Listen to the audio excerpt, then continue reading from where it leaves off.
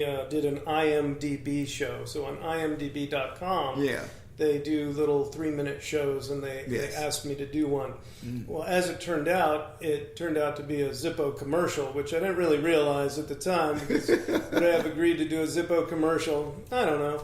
But the fact is that I do use Zippos, and I believe in them, and I am passionate about Zippos.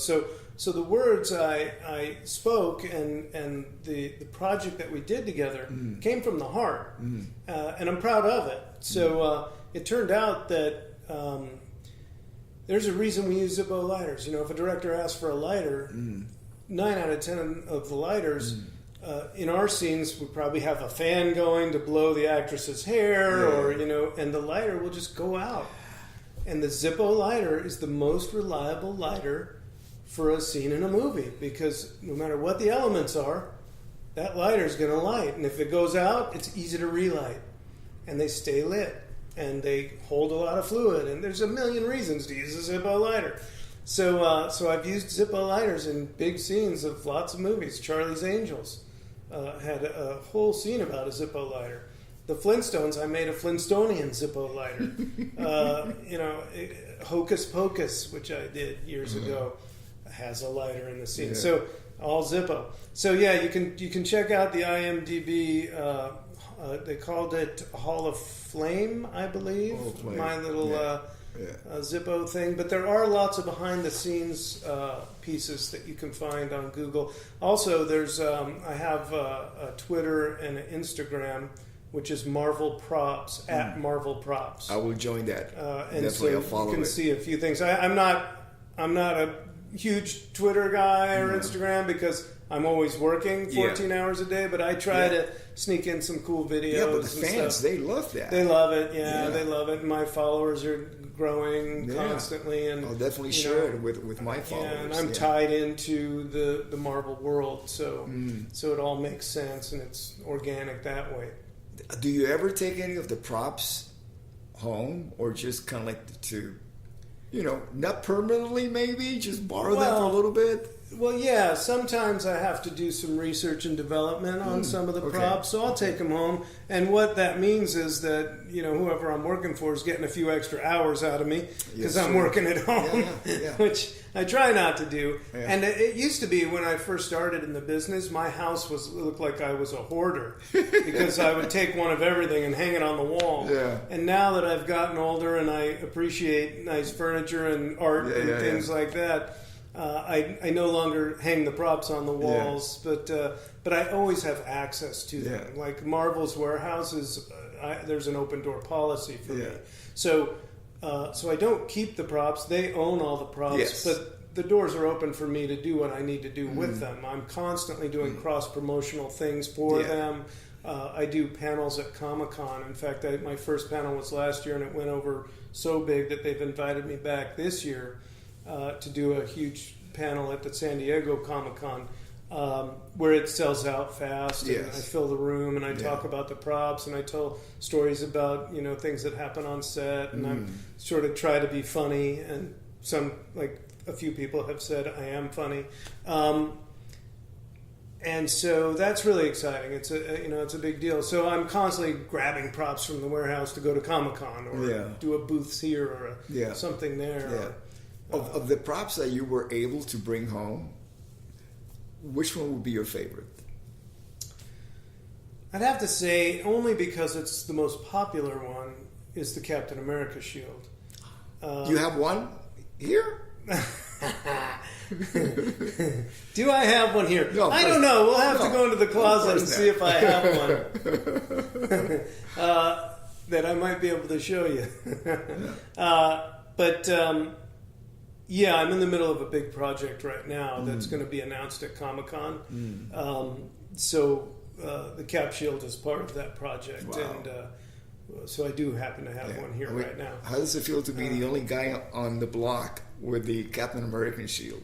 Well, it's interesting. Yeah, I mean, on our block, you and I might be the youngest people on the block. Well, I don't know about that. But no, it's neat. And what I do too is I'll take the Thor hammer and the cap shield, and I go around to schools. Oh, wow. And I go to their special needs classes. Yeah.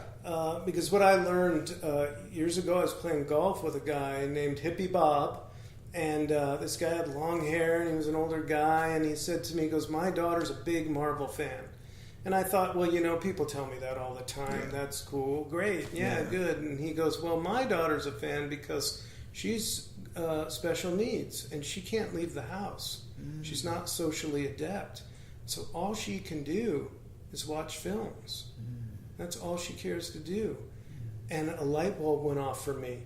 And I was like, of course the daughter's a fan. That's all she can do. And it became my life's project in my spare time to go to special needs classes and share what I do with them. And so I called up Marvel and I said, guys, this is something that you got to support me on.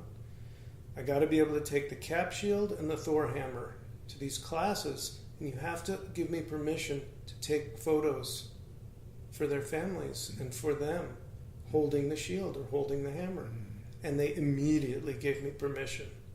And so I'm the only guy at Marvel that's allowed to take pictures with the Thor hammer and the shield because of this project that I have.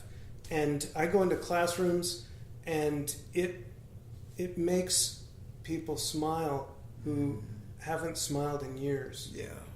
And so it lights me up. When you say, am I proud to have the shield, the only guy on the block to have the shield, for that reason, I'm way proud to have the shield. That's wonderful. It lights people. It changes lives. Yeah. And it's what sort of keeps me going. It shared with me in the universe that I'm making a difference. Yeah, absolutely. And you do it every day too.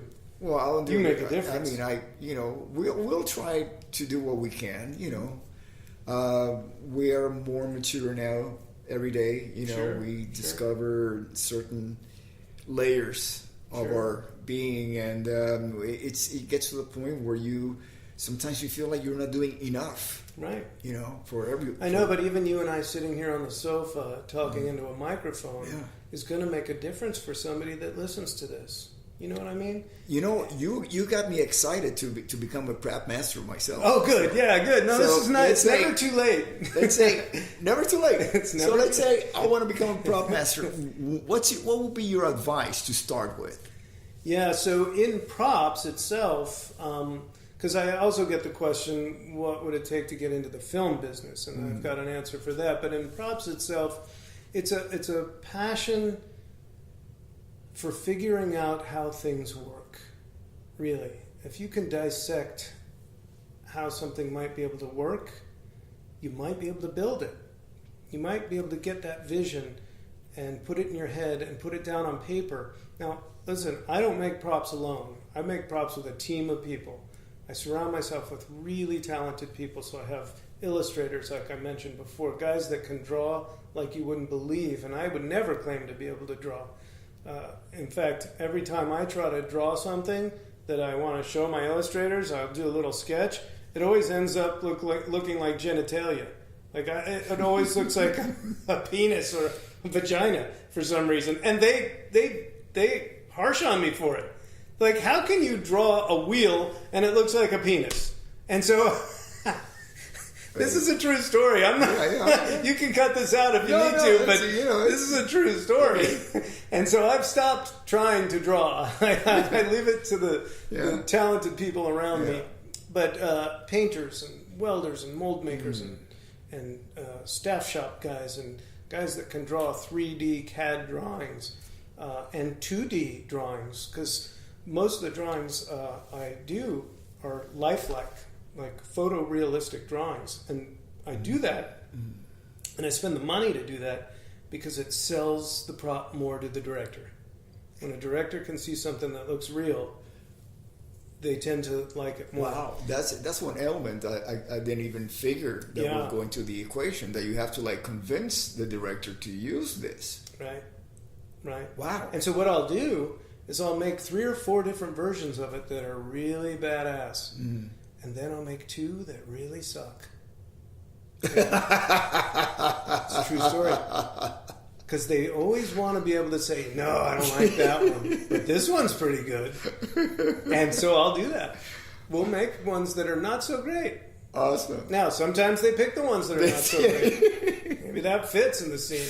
But it is it's my responsibility to give them some choice. It seems like in your journey of your life, you must have come to a point where you realize that nothing is impossible as far as the creative process. Absolutely. What was that pivotal point? I never say no to anything, but I always attach a price after I say yes. I can do anything for a price. For a price, yeah. Elon Musk is sending rockets to the moon because he's spending the money to do so. Exactly. Of course, we have the technology. Now, the imagination is where it gets challenging. Yes, I can do that. What should it look like? What should it be? And so then I soak off of 10 people's imagination. What do you think it should be? What do you think it should be? And I'll pick elements from my team's opinion, and I'll draw it. I'll put it on paper. Like, that guy had a great idea for a switch. A switch shouldn't be a toggle switch. It should be something you put your thumb on, and it's infrared, and it starts the whole process. Yeah. You know, or whatever the technology is that we want to use. I use a technology in this conversation that thumbprint technology. It exists. So I don't just use a switch. I do a thumbprint, or take it to the next level. The next level would be retina scans. Right? Retina became more popular than thumb. So then what's the next technology? Beyond that. The next technology, if you asked me today, I would have a chip in my brain. Yeah. Where I just had to be in the room and the world would know I'm here. Via some crazy hard drive, server computer that's out there. Clouds. Right. Yeah. So that would be like within reach. That technology is almost there. And so that's what I would pitch as 5 years in the future, 10 years in the future.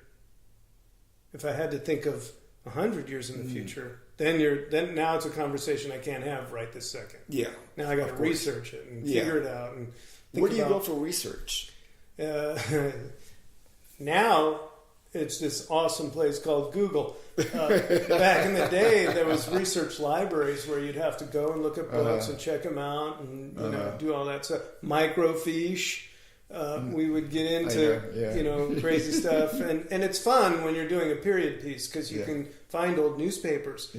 My greatest friend on anything that's not the future, Toshin is a book publisher who does art books, and they're brilliant. If you research Toshin, you'll find some books that are mad. They're really just cool books, pop art and all kinds of things. Well, they did a series on the 20s, 30s, 40s, 50s, 60s, up all the way through the 2000s, I think, where they filled a book with all of the advertising from that decade. Greatest piece of research you can ever find. So I can open up a 60s book and find what cigarette packaging looked like in the 60s, what cars they were using, what the license plates look like. Because I'm responsible for all that. I'm responsible for making a vehicle look like it's supposed to look. They'll give me a black and white car and I have to put all the police stickers on there and the lights on top and all that stuff and a license plate and 911 and to serve and protect. I make the police car. Fake antennas, a radio, a computer. Like, there's so much that goes into a police car that you wouldn't even think about. It's my responsibility to create that police car. And so I'll go into my research books and look at what decade or what year specifically and figure out what it's supposed to look like. Now that applies for everything that's not the future. Yeah. Everything that's present or the past. And so there's great resources out there, and the internet is sick. So for anybody who aspiring to become a prop master, these are the places to go research. Yeah. The big trick, listen, a lot of people can do props. And a handful of people can do props well. The key to figuring it all out is a bit of engineering, a bit of design, a bit of art, in your repertoire. And to be mechanically inclined is very helpful. Mm-hmm. Anyone can become mechanically inclined. Mm-hmm.